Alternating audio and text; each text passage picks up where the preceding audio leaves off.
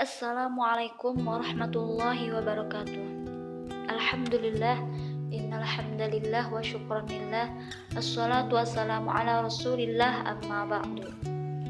Dalam video kali ini, saya akan menjelaskan tentang Ma'rifatul Rasul. Di mana dalam Ma'rifatul Rasul ini, saya akan menjelaskan tentang 3 poin pembahasan. Yang pertama tentang Hajatul Insan ila Rasul, yang kedua tentang Ta'rifur Rasul, dan yang ketiga tentang Makanatul Rasul atau kedudukan Rasul. Hajatul Insan ila Rasul.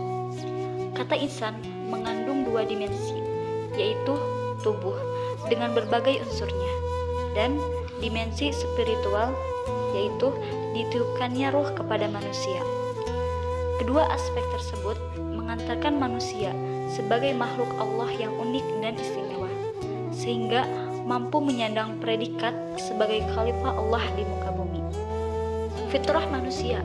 Pertama, Allah Subhanahu wa taala menanamkan fitrah Islam ke dalam setiap janin yang sudah ditiupkan ruh. Yang kedua, Allah mengambil perjanjian kepada manusia dengan pertanyaan, "Apakah aku ini Rob kalian?" Dan yang ketiga, fitrah manusia memiliki perbedaan yang tidak dapat dihilangkan. Keberadaan alam semesta yang sangat megah ini merupakan wujud dari bukti penciptaan Allah Subhanahu wa taala. Hanya saja, karena tidak ada petunjuk yang benar, manusia berbeda-beda dalam mensifatinya. Fitrah yang mendorong manusia hidup teratur. Hanya saja, karena tidak ada petunjuk, seringkali manusia merasa sombong, angkuh, dan tidak memperdulikan lagi aturan-aturan hidupnya. Maka, untuk mengatasi dan menyelesaikan berbagai kekacauan, Allah Subhanahu wa taala mengutus para rasul untuk memberikan petunjuk kepada umat manusia. Petunjuk itu berupa wahyu yang Allah turunkan kepada nabi dan rasul. Berkat petunjuk itu, manusia mampu mengenal Allah Subhanahu wa taala dengan benar, dan akhirnya manusia dapat beribadah kepada Allah Subhanahu wa taala dengan ibadah yang memurnikan ketaatan. Yang selanjutnya yaitu Ta'rif Rasul. Rasul adalah seorang laki-laki yang dipilih dan diutus oleh Allah Subhanahu wa taala dengan membawa risalah kepada umat manusia. Ada 2 kata kunci untuk memahami definisi Rasul, yaitu yang pertama, hamilur risalah, ialah membawa dan menyampaikan risalah. Yang kedua, qudwatul fi bikir risalah, menjadi contoh bagi umat manusia dalam melaksanakan ajaran yang dibawa. Sebagai seorang utusan yang tentunya dipilih oleh Allah Subhanahu wa taala, maka Rasul mempunyai ciri-ciri yang khusus yang dimilikinya. Yang pertama yaitu as-sifatul asasiyah, yakni sifat dasar yang layak baginya, seperti sifat sidik, sifat amanah, sifat tabligh, dan sifat patonah. Yang kedua, memiliki al-mu'jizat, yakni perkara yang luar biasa yang dapat dilakukan dengan seizin Allah untuk melemahkan orang-orang yang menentang. Yang ketiga, adanya al-basyariyah, yakni berita gembira.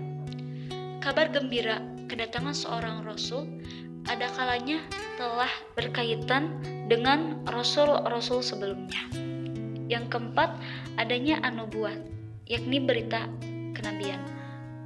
Setiap rasul senantiasa membawa berita dari Tuhannya melalui wahyu yang bisa berisi ajaran, perintah larangan, atau peristiwa-peristiwa masa lalu dan masa yang akan datang.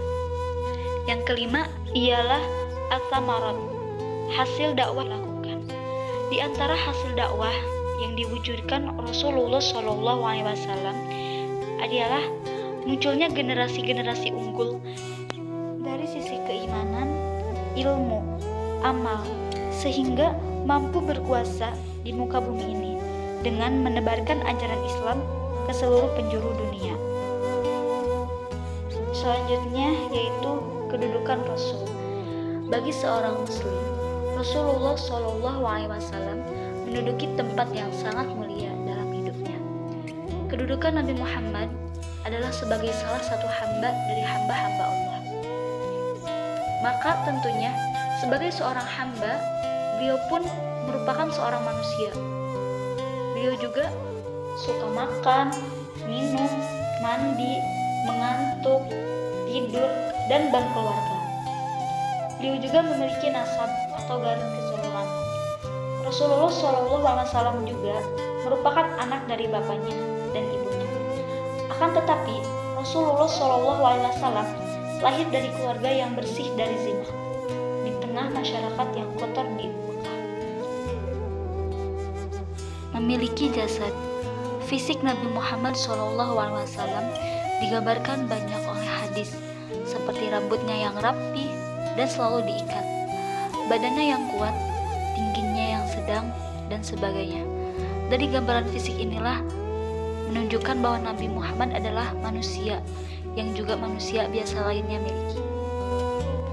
Sebagai seorang rasul, maka beliau menyampaikan risalah yang ditugaskan oleh Allah Subhanahu wa taala kepadanya. Tugas beliau juga sebagai seorang rasul ialah bertugas menunaikan amanah dan memimpin umat Islam di muka bumi. Sekian yang dapat saya sampaikan. Apabila ada kesalahan, mohon dimaafkan. Wassalamualaikum warahmatullahi wabarakatuh.